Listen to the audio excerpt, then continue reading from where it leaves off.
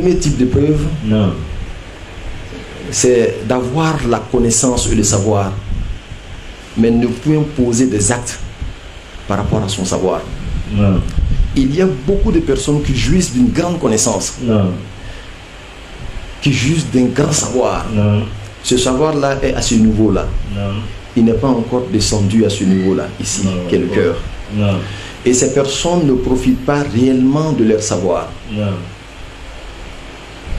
Et ainsi, ces personnes pensent qu'elles savent, mais en même temps, elles sont éprouvées de par leur savoir. Comme un âne qui a un fardeau sur lui. Que Dieu nous tire de ce type d'épreuve-là. La deuxième épreuve, c'est les personnes qui savent, mais qui parviennent à poser des actes vis-à-vis de leur savoir. Mais cependant, ces personnes ne sont pas sincères quand elles posent des actes. Tu vois la personne remplie de connaissances, il va toujours à la mosquée, il pose des actes, il applique ce que sa connaissance lui inclut de faire, mais en même temps, il ne le fait pas pour Dieu.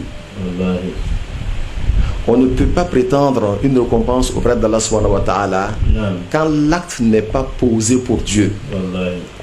Alors nous prions Allah qui nous donne la sincérité dans tout ce que nous faisons. Sans sincérité, même la prière n'a aucune valeur.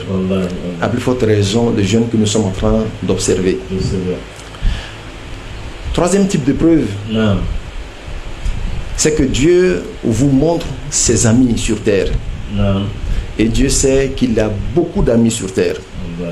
Et en même temps, parmi nous, nous parvenons à savoir que celui-là, il a un comportement qui frise l'amitié avec Allah subhanahu wa ta'ala. Souvent même, nous sommes convaincus que c'est un ami de Dieu. Mais cependant, nous sommes incapables de le suivre. Oui, c'est un ami de Dieu, mais le monde nous arrache de ces personnes-là. Les biens de ce monde nous arrachent de ces personnes-là. On a l'impression que nous avons toujours le temps. On se dit, oui, il n'y a pas de problème, je sais que c'est un ami de Dieu, mais Inch'Allah, après je viendrai. Après je viendrai, comme si nous avons la garantie de vivre jusqu'à demain. Et ainsi, on passe tout le temps à remettre à plus tard, jusqu'à ce que la mort nous fauche. Mes frères et sœurs, sachez que nous n'avons pas le temps. Et personne n'aura le temps. La garantie de vivre jusqu'à demain, personne ne l'a. Ne remets jamais le travail d'aujourd'hui à demain. Ne remets jamais le travail d'aujourd'hui à demain.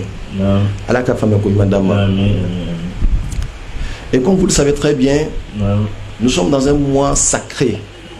Et nous allons traiter du thème la vision du jeune par le connaissant de Dieu. La vision du jeune par le connaissant de Dieu. Alors nous avons dans ce thème-là le connaissant de Dieu. Et nous avons aussi le jeune. Il est important pour nous d'apporter d'abord l'approche définitionnelle d'abord. Qui est connaissant de Dieu? Qui est connaissant de Dieu d'abord?